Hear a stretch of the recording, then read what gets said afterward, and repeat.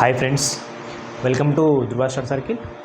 మనం ఈ economic class అనేది కొంచెం గ్యాప్ ఇవ్వడం జరిగింది. మనకి రీసెంట్గా అన్ని కరెంట్ అఫైర్స్ అని చెప్పేసి 3 months కరెంట్ అఫైర్స్ సబ్జెక్ట్ వైజ్గా చేస్తూ మనకు గ్రూప్ 1 ఎగ్జామ్ ఉండే కాబట్టి కొంత గ్యాప్ అయితే రావడం జరిగింది.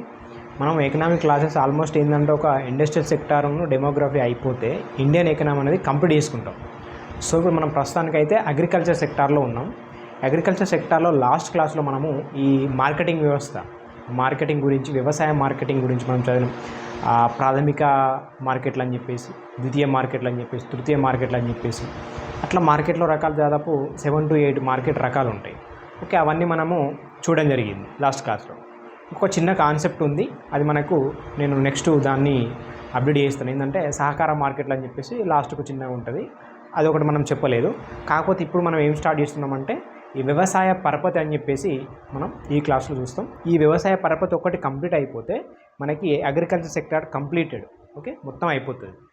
నెక్స్ట్ మనం స్టార్ట్ చేసేది డెమోగ్రఫీ ఆర్ ఇండస్ట్రియల్ స్టార్ట్ చేస్తాం, ఇండియన్ ఎకనామీ సంబంధించి. ఇవి అయిన తర్వాత మనము థర్డ్ పార్ట్ చూద్దామా ఎకనామీలో భాగంగా, లేకుంటే తెలంగాణ ఎకనామీ చూద్దాం అనేది తర్వాత. ఓకే, మనం తర్వాత డిసైడ్ చేసుకొని ఏ దీనికి మనం అనుకుంటే దానికి స్టార్ట్ చేసుకుందాం. ప్రస్తుతానికైతే మనము ఈ వ్యవసాయ పరపతిలో భాగంగా ఏముంటాయి, ఓకే, అందులో మళ్ళీ ఈ పరపతి అంటే ఏంటి, వ్యవసాయం అంటే మనకు తెలుసు, కానీ పరపతి అంటే ఏంటి, ఆ పరపతి అనే పదం మనకు కొంచెం కొందరికి వినని వాళ్ళకి కొంచెం కొత్తగా అనిపించవచ్చు. పరపతి అంటే ఏం లేదు, రుణం లేదా లోన్ అని చెప్పేసి మనం చెప్పుకోవచ్చు. అంటే వ్యవసాయానికి సంబంధించి మనము జనరల్గా మనకున్న అవగాహన ప్రకారం మనకు విలేజ్లలో, మండల్ లెవెల్లో మనం ఆ గ్రామీణ బ్యాంకులలో మనకు క్రాప్ లోన్స్ అని చెప్పేసి తీసుకుంటాం. తెలుసు మనకి, ఎవ్రీ ఇయర్ మనకి క్రాపింగ్ టైంలో క్రాప్ లోన్స్ అని చెప్పేసి ఇస్తారు. దాన్ని మనం ఆ రకంగా మనకు ఒక ఐడియా అయితే ఉంది, వ్యవసాయ పరపతి అని చెప్పేసి. అట్లా మనకు దీంట్లో టైప్స్ ఉంటాయి. మళ్ళీ వ్యవసాయ పరపతిలో భాగంగా టైప్స్ ఉంటాయి, రకాలు ఉంటాయి.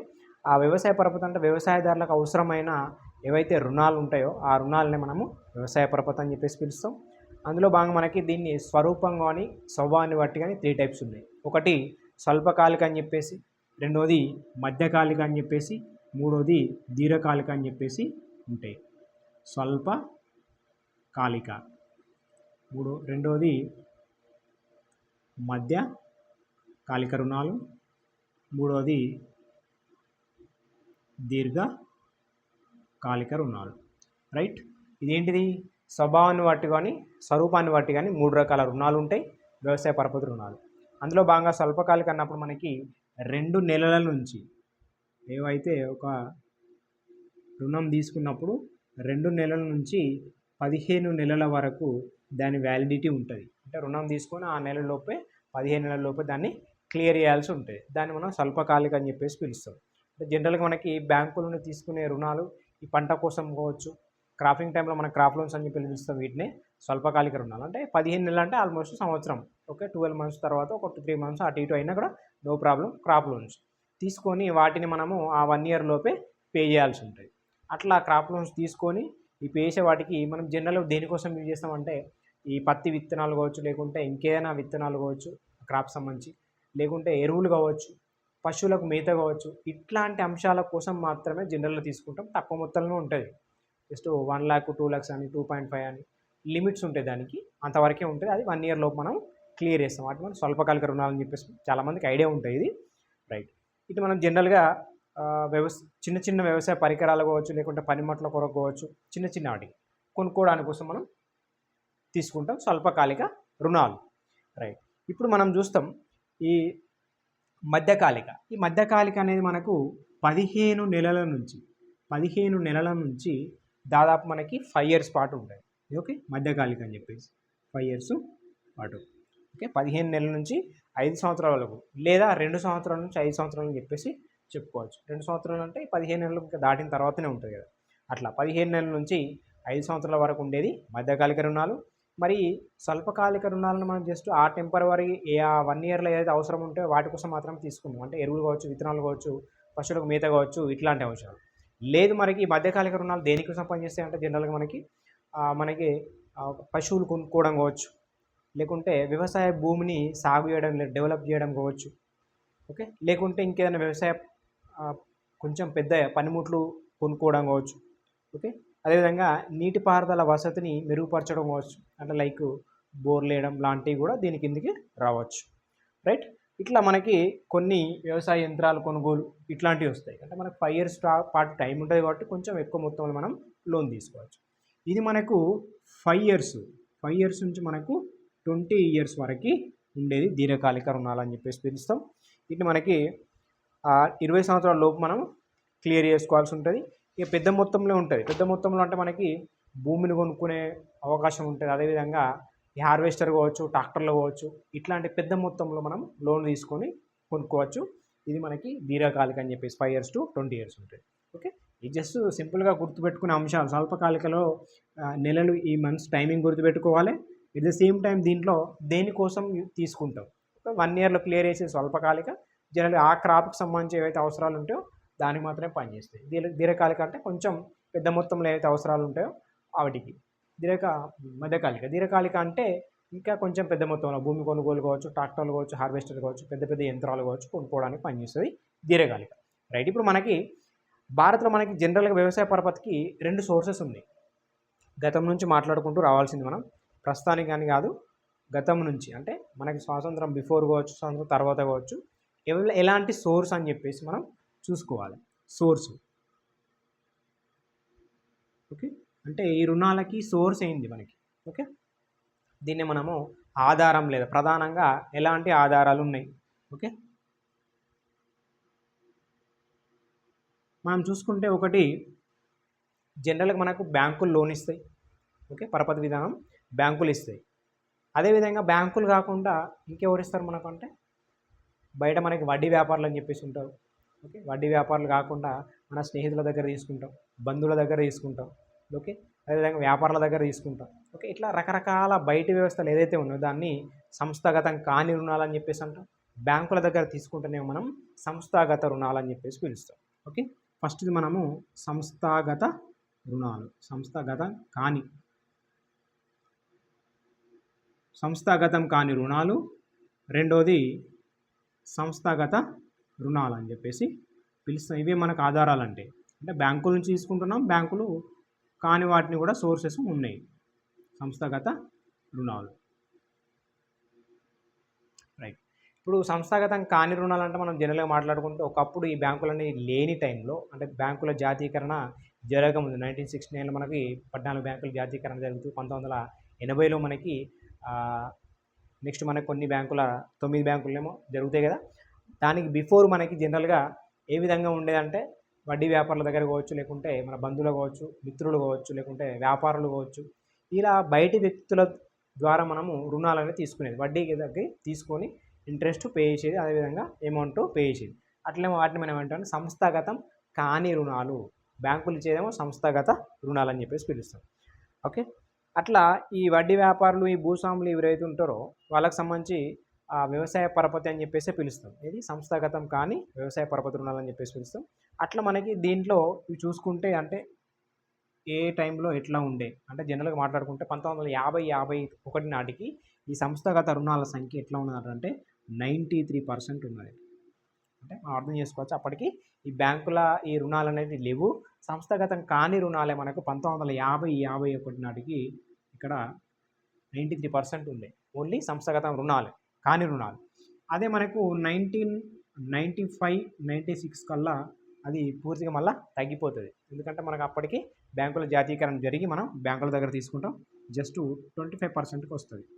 1995-96 నాటికి 93% ఉన్నదాన్ని 25%కి మనకు వస్తుంది. సంస్థాగతం కాని రుణాల పర్సెంటేజ్ అనేది, ఓకే, తగ్గుతుంది. అంటే అంతకుముందు కేవలం మనం మనుషుల మీద డిపెండ్ అయ్యి రుణాలు అనేది తీసుకునేది, డబ్బు అనేది తీసుకునేది కేవలం. ఇప్పుడు తర్వాత 95లో, తర్వాత 60s, 70s, 80s, 90sలో చేంజ్ అయింది. అట్లా మనకు స్వాతంత్రం వచ్చిన స్టార్టింగ్లో మనకి ఈ లభించే రుణాలు ఎక్కువ ఎవరి దగ్గర ఉండే అంటే వడ్డీ వ్యాపారుల దగ్గర ఉండేది, ఓకే. ఇవి ఎక్కడ ఎక్కువ ఉండే అంటే స్టార్టింగ్లో వడ్డీ వ్యాపారులు అని చెప్పేసి. మళ్ళీ దీంట్లో మనం చూసుకోవాలి, వడ్డీ వ్యాపారులు ఆ టైంలో మనకి ఎంత పర్సెంటేజ్ ఉందంటే దాదాపు 69-70% ఈ వడ్డీ వ్యాపారులదే ఉండేది, ఓకే. ఇది సంస్థాగతం కాని రుణాలు ఎప్పుడు 1950లో, 51లో. అదే ఈ 95 మళ్ళీ 95కి వచ్చేకల్లా 69 కాస్త 7%కి వచ్చింది డైరెక్ట్, ఓకే. వడ్డీ వ్యాపారుల దగ్గర 1950-51 టైంలో మనం దాదాపు 70% వాళ్ళ దగ్గర తీసుకున్నాం. అదే 95కి వచ్చల్లా ఈ వడ్డీ వ్యాపారులు మళ్ళీ 7%కి వచ్చింది. అంటే మొత్తం తగ్గించేసిన అప్పటికి బ్యాంకుల జాతీయకరణ జరిగి బ్యాంకుల దగ్గర మనం తీసుకోవడం జరిగింది. రైట్. అట్లా మనకి భారత్ మొత్తం ఈ విధంగా వడ్డీ వ్యాపారుల దగ్గర ఉంటే, అదేవిధంగా మనకి భూస్వాములు ఇచ్చే రుణాలు మనకు దాదాపు 1950లో చూసుకుంటే 3%. ఓకే. మరి ఇవి ఒకసారి అయితే ఐడియా ఉండాలి. ఎందుకంటే ఎలాంటి ఫ్యాక్ట్ బేస్డ్ క్వశ్చన్స్ పడ్డప్పుడు ఆ టైంలో మనకి ఏ విధంగా ఉండిందో ఒకటి మనకు ఐడియా ఉండాలి. భూస్వాములు ఇచ్చే రుణాలు 3% ఉండే 1950లో, 95 కల్లా మనకు అది పూర్తిగా తగ్గిపోయింది. ఇంత పెరిగింది. ఇది భూస్వాముల సంబంధించి అయితే ఇది 3% ఉన్నది, ఇక్కడ 10%కి వస్తుంది భూస్వాములకు సంబంధించి. అంటే కొంచెం పెరిగింది, భూస్వాములు పెరిగింది అన్నట్టు.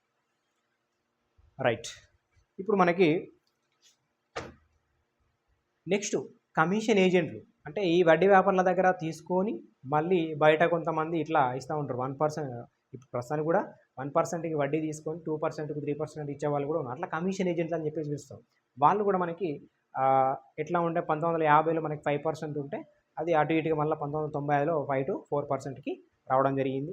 అదేవిధంగా వ్యవసాయ పరపతిలో మనకి బంధువులు స్నేహితులు ఇచ్చే రుణాలు కూడా మనకి జనరల్గా 1950-51 టైంలో 14% ఉండే. ఈ 14% కాస్త మనకి 3%కి వచ్చింది. మరి ఇవన్నీ ఫిగర్స్ అవసరమా అంటే ఈ సంస్థాగత రుణాలు కాని రుణాలంతా ఐడియా ఉండి అసలు ఎవరెవరు ఇస్తారు అది ఒక ఐడియా ఉంటే ఆ 50లో ఎట్లా ఉండే ఇక్కడ ఎట్లా ఉండే అనేది ఒక ఐడియా అయితే పెట్టుకోవాలి.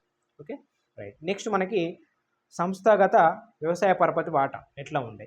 ఓకే. ఇది కంప్లీట్ అయిపోయింది. మనకి వడ్డీ వ్యాపారులు ఉన్నారు, దాంట్లో భూస్వాములు ఉన్నారు. ఓకే. అదేవిధంగా వ్యాపారులు ఉన్నారు, అదేవిధంగా వ్యవసాయ కమిషన్ ఏజెంట్లు ఉన్నారు. వ్యవసాయం అంటున్నా కమిషన్ ఏజెంట్లు ఉన్నారు. నెక్స్ట్ సంస్థాగత రుణాలు. ఈ సంస్థాగత రుణాలు 1950-51 నాటికి మనకు జనరల్గా ఎట్లా ఉందంటే జస్ట్ 7% మాత్రమే ఉండే. 1995 నాటికి మనకు 75కి వచ్చింది. 1950లో జస్ట్ 7% ఉన్నది, 1995 నాటికి మనకి దాదాపు 75%కి వచ్చింది. ఇక్కడ చూడండి మొత్తం బ్యాంకులదే. సో బ్యాంకుల దగ్గరే మనం రుణాలు తీసుకునేది కాబట్టి 75%కు రావడం జరిగింది. అట్లా మనకి జనరల్గా ఈ ఏవైతే వ్యవసాయ పరపతి సమీక్ష సంఘం ఏర్పడ్డ తర్వాత దాని తర్వాత మనకి భారతం మొత్తం కూడా వ్యవసాయ పరపతి అనేది మ్యాక్సిమం బ్యాంకుల దగ్గరే అయిపోయింది. 2016-17 రీసెంట్గా ఇది మనం ఒకసారి చూసుకోవాలి. 2016-17 ఈ టైంలో మనం చూసుకుంటే దాదాపు 72% సంస్థాగతం కాని వ్యవసాయ పరపతి వాటా 28% ఉందట. అర్థమైందా? 2016-17 నాటికి సంస్థాగతమైన పరపతి ఏమో 72% ఉంటే ఇది 72% ఉంటే ఇదేమో మనకి 28%కి వచ్చింది. ఎప్పుడు 2016-17 నాటికి. ఇది మనం గుర్తుపెట్టుకోవాలి, లేటెస్ట్ డేటా కాబట్టి. 72% అనేది సంస్థాగతం ఉంటే మనకు 28% అనేది సంస్థాగతం కాని రుణాలు. ఇప్పటికి కూడా మనం జనరల్గా ఊర్లలో ఎందుకు బయట కూడా మనకి జనరల్గా వడ్డీ వ్యాపారులు ఆటోమేటిక్గా చాలామందికి రుణాలు ఇస్తూ ఉంటారు, వడ్డీకి వాళ్ళు వసూలు చేసుకుంటూ ఉంటారు. చాలా జరుగుతుంది అట్లా 30% దాకా, 35 ఎక్కువనే ఉంటుంది జనరల్గా మాట్లాడుకుంటే. అంత ఉంది బ్యాంకుల దగ్గర. మనకి అందరికీ లోన్లు లభించాయి బ్యాంకుల్లో, దానికి రూల్స్ ఉంటాయి, సమ్ డాక్యుమెంట్స్ ఉంటాయి. సో అందుకోసమని బయట ఈజీగా దొరుకుతాయి కాబట్టి మనకి సంస్థాగతం కాని రుణాలు ఇంకా కంటిన్యూ అవుతూ ఉన్నాయి. కాకపోతే ఈ ఇంట్రెస్ట్ రేట్ అనేది కొంచెం ఎక్కువ ఉంటుంది, మనకు అవసరం ఉన్నప్పుడు తప్పదు. రైట్. అట్లా ఈ ప్రభుత్వం నేరుగా ఇచ్చిన రుణాలు మనకు 5%. సహకార బ్యాంకులు వీటి గురించి మనం మాట్లాడతాం. వాణిజ్య బ్యాంకులు అంటే ఏంది, సహకార బ్యాంకులు అంటే ఏంది, ప్రాంతీయ బ్యాంకులు అంటే ఏంది, ఇట్లాంటి రుణాల పర్సంటేజ్ కూడా మనము కొంతవరకు ఉంది ఆ బ్యాంకుల్లో భాగంగా. ఇది 2001 నుంచి మనకి భారత సంస్థాగత పరపతిలో భాగంగా వాణిజ్య బ్యాంకుల వాటా మనకి 54% ఉందండి. ఇది ఒకసారి చూసుకోవాలి. ఎందుకంటే 2000 నుంచి 2001 నాటికి ఇక్కడ వాణిజ్య బ్యాంకుల వాటా 54%, అదేవిధంగా సహకార బ్యాంకుల వాటా, ప్రాంతీయ బ్యాంకుల వాటా. ఈ సహకార బ్యాంకుల వాటా మనకు 38%, అంటే రెండోది ఇదే. నెక్స్ట్ ప్రాంతీయ బ్యాంకుల వాటా మనకి 8%.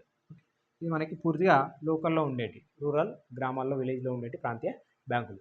అట్లా మనకి 2019-20 నాటికి సంస్థాగత వ్యవసాయ రుణాలు, మనం మాట్లాడుకునేది సంస్థాగత వ్యవసాయ రుణాలు. ఎందుకంటే బ్యాంకులు వచ్చినాయి అంటే ఏంటిది, సంస్థాగత వ్యవసాయ రుణాలు. ఇది 2001 నాటికి. 2019-20 నాటికి, అంటే ఇది వెరీ రీసెంట్ డేటా. రెండు రీసెంట్. ఇది గుర్తుపెట్టుకోవాలి, ఇది గుర్తుపెట్టుకోవాలి. మనకి ఇటీవల గ్రూప్ 1 క్వశ్చన్లో చూసారు కదా, కరెంట్ అఫైర్స్ అనేది 2022, 23, 24 అట్లా రావడం జరిగింది. కేవలం 24 చదువుకొని పోతే మనము బుక్ అయిపోతాం. ఖచ్చితంగా మనం ఓల్డ్ డేటా అనేది కూడా 100% ప్రతి సబ్జెక్ట్లో అవసరమే.